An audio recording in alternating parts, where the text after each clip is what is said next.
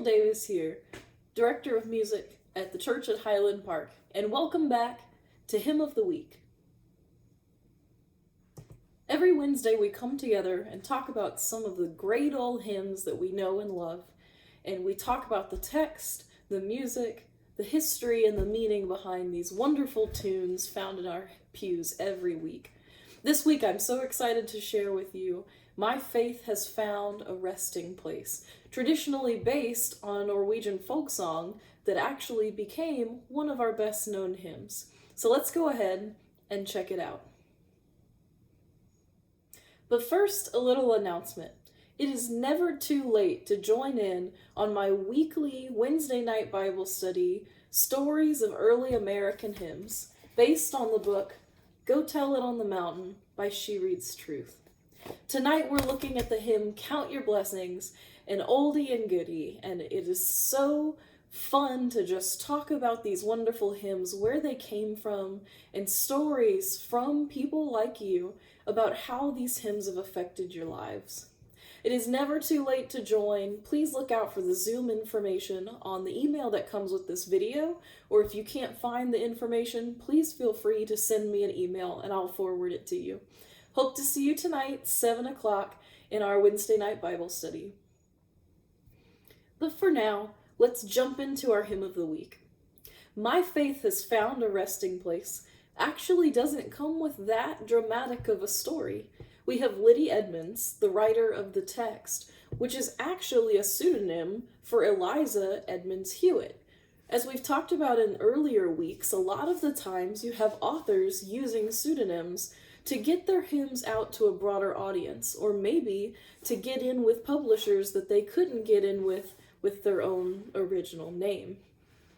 Most famous for doing this is Fanny Crosby, who used over 200 pseudonyms to get her hymns published in hymnals that were circulated around the country and eventually around the world. Like I said in the opening, this tune is based on a Norwegian folk song, and it was adapted by William Kirkpatrick, who eventually wrote what we know today as the hymn, My Faith Has Found a Resting Place.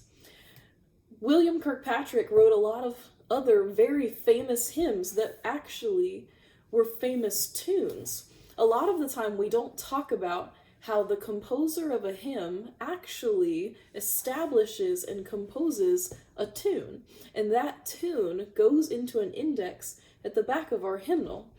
For William Kirkpatrick, the tune that is My Faith Has Found a Resting Place was actually named Lindis, which is based on the traditional Norwegian melody. A lot of other tunes Kirkpatrick wrote are I've Wandered Far Away from God, tune name Coming Home, 'Tis So Sweet to Trust in Jesus, tune name Trust in Jesus, and A Wonderful Savior is Jesus My Lord, tune name, his own surname, Kirkpatrick. So a lot of the times when we don't have a melody that has been established yet, the composer of that hymn actually establishes that melody as something that other composers can use if they'd like to. This is how in our hymnal sometimes we have the same tune and the same music for hymns that just so happen to have different words. A lot of the time, if you look at the very bottom, you'll see the tune name stays the same. Even though the words might be different, the tune name stays the same, and that tune name is associated with that composer. So here we have Lidia Edmunds hiding behind a pseudonym to write this beautiful text for My Faith Has Found a Resting Place. And behind her, William Kirkpatrick uses these beautiful words to create the tune Lindis from the Norwegian folk song into the tune that we know for the wonderful hymn, My Faith Has Found a Resting Place. And that, my friends, is My Faith Has Found a Resting Place, with text by Lidia Edmunds, a traditional Norwegian folk song adapted into this hymn by William Kirkpatrick. Thank you so much for joining me every week to talk about these wonderful hymns, and I hope to see you tonight at our Bible study on early American hymns at 7 p.m. via Zoom. I hope you have a wonderful, safe, healthy week, and I look forward to seeing you next Wednesday.